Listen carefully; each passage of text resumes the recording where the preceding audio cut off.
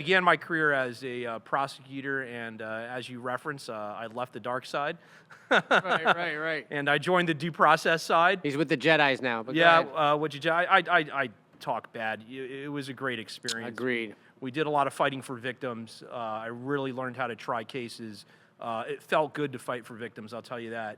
Yeah. You get a real serious case.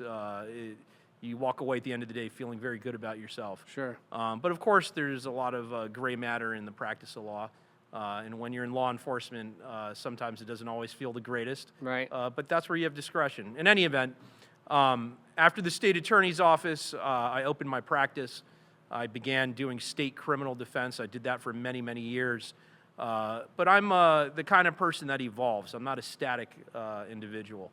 And my practice evolved away from defending people to defending their money.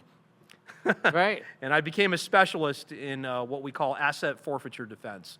As you know, asset forfeiture is when the government seizes your property and they try to keep it because they claim, I don't know, maybe you're a drug dealer, money launderer, whatever they're saying. Right. Yeah, Assorted, Right. And I'll tell you, even that time in my practice really overlapped with the ballooning of the marijuana trade. As you had some states legal, some states illegal, the law, really the government, created a gray market for cannabis because people were going to legal states, buying cannabis from unscrupulous producers. They'd show up with a bag of cash, walk away with a bag of weed, maybe more than a bag of weed, a bale perhaps, Right. And they drive it or ship it in some way to a jurisdiction where it's not legal, and they'd make a lot of money. Right. There's guys making $500,000 a month doing this. Oh, yeah. And from time to time, law enforcement would do a great job, and they would interdict those folks and take their cash.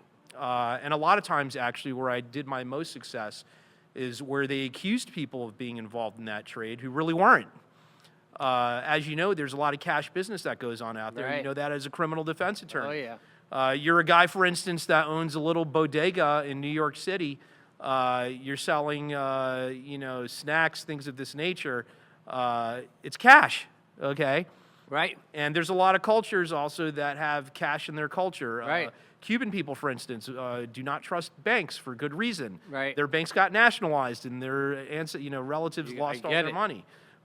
In many Muslim countries, there's a cash system. You see a lot of people sending cash back with relatives to Asian countries. So I represented a lot of people who had money taken from them at the airport, seized bank accounts, and